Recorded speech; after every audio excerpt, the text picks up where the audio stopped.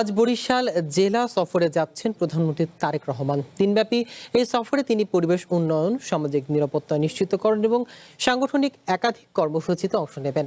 সকালে প্রধানমন্ত্রী তারেক রহমান সড়ক পথে লাল বাসে করে ঢাকা থেকে বরিশালের উদ্দেশ্যে রওনা হন। প্রধানমন্ত্রী হিসেবে দায়িত্ব গ্রহণের পর এটি তার প্রথম বরিশাল সফর। সকাল 10:30টায় প্রধানমন্ত্রী বরিশালের গৌরনদী উপজেলার বাটাজোড়ে একটি বৃক্ষরোপণ কর্মসূচিতে প্রধান অতিথি হিসেবে যোগ দেবেন। এরপর সকাল 10:40 একই স্থানে সাধারণ মানুষের মাঝে ফ্যামিলি কার্ড বিতরণ কার্যক্রমের উদ্বোধন করবেন। দুপুর 1টায় তিনি বরিশাল শহরের সাগরদী খালপাড়ের অপর একটি বৃক্ষরোপণ কর্মসূচিতে অংশ নেবেন। পরবর্তীতে বিকেল 3টায় বরিশাল শিল্পকলা একাডেমিতে আয়োজিত একটি সাংগঠনিক সভায় যোগদানের মধ্য দিয়ে তার এ সফর শেষ করবেন।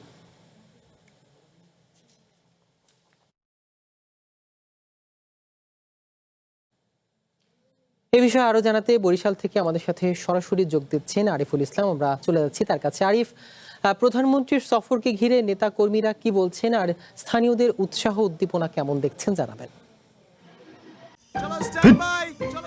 লাইফে কোনো কিছুর গ্যারান্টি নাই, তাই ইন্স্যুরেন্স করুন সিটি ব্যাংকে, কারণ ইন্স্যুরেন্স করলে সিটিতে সুরক্ষা পাবেন নিশ্চিন্তে। জি, আসলে প্রথমেই আমি আপনাকে একটু জানিয়ে রাখি যে বিগত সময়ের প্রধানমন্ত্রী আসার চিত্র আর আজকে প্রধানমন্ত্রী আসার চিত্র একদমই উল্টো।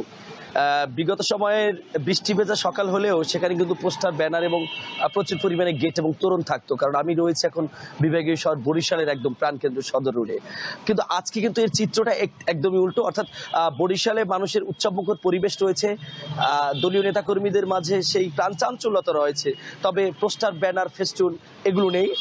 এটি আসলে প্রধানমন্ত্রীর নির্দেশ ছিল এবং সেই নির্দেশ বাস্তবায়নের লক্ষ্যে নেতাকর্মীরা কাজ করেছে।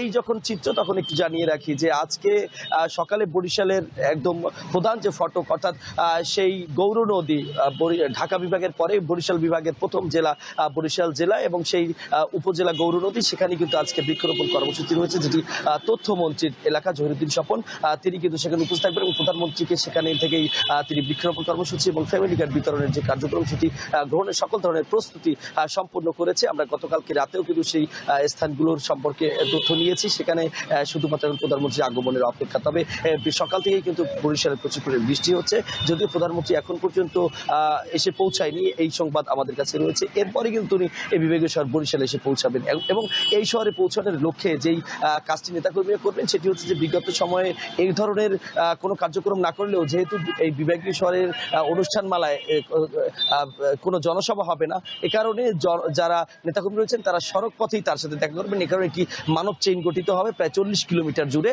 আর এই বরিশাল শহরে যে অনুষ্ঠানমালা রয়েছে সেগুলোর মধ্যে বৃক্ষরোপণ এবং তিনি মত বিনিময় সভা করবেন, সেগুলো দুপুর নাগাদ শুরু হবে। তো এখন যে তথ্যটি, সেটি হলো নেতাকর্মীরা সকলেই প্রস্তুত রয়েছে তাকে বরণ করার জন্য। আর বৃষ্টি পড়ছে, তার মধ্যেও কিন্তু বরিশাল শহরে বাহির থেকে কিছু নেতাকর্মীরা আসছে, বিএনপি নেতাকর্মীরা আসছে। আশা করি প্রস্তুতি সম্পন্ন হয়েছে, তো পরবর্তী বুলেটিন জানাতে পারবো কি কার্যপ্রণালী রয়েছে। এই ছিল বরিশাল থেকে এখন পর্যন্ত আমার কাছে। ধন্যবাদ আরিফ আপনাকে।